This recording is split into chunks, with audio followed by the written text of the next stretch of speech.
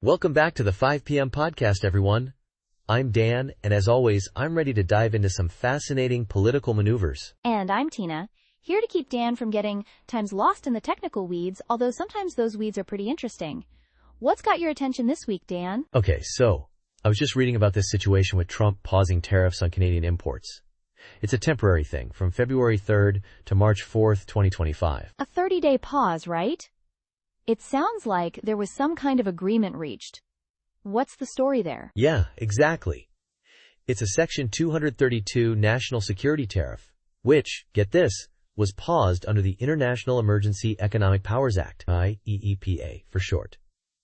It's kind of a big deal because it gives the president a asterisk lot times of leeway. Okay, wait, IEEPA? I thought that was, for actual national emergencies. How does it apply to tariffs? That's the interesting part.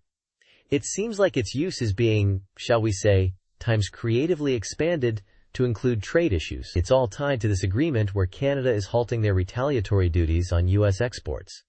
We're talking about $12.40 times billion times worth of goods. Whoa, that's a significant amount. So, both sides are backing down, for now. What prompted this sudden friendliness? Well, here's where it gets even more interesting. The condition for this tariff pause is that Canada has to address synthetic opioid trafficking. It's not just about trade. It's linked to border security and drug control. So tariffs are being used as leverage for something beyond just trade imbalances? That's a tactic. Precisely. And it's not the first time. Remember the whole NAFTA renegotiation? Similar pressure tactics were used back then. Right, that was a whole saga. So, this feels like the latest chapter in the ongoing U.S.-Canada trade relationship drama. But what does this all mean for businesses caught in the middle? For those businesses, this 30-day pause is probably a huge relief. I mean, imagine the supply chain disruptions. The uncertainties gives them some breathing room, at least temporarily. A temporary reprieve.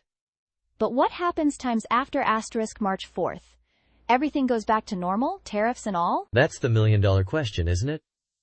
It all hinges on whether Canada meets the U.S.'s conditions regarding opioid trafficking.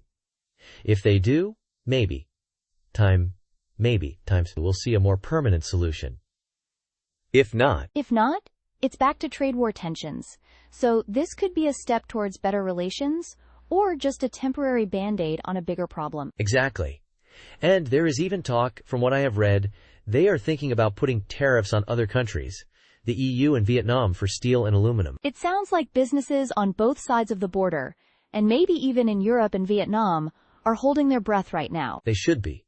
This is a developing situation, and those 30 days will fly by. The stakes are high, both economically and politically. Thanks for shedding some light on the subject, Dan. This has been another great chat. My pleasure. Always happy to be here.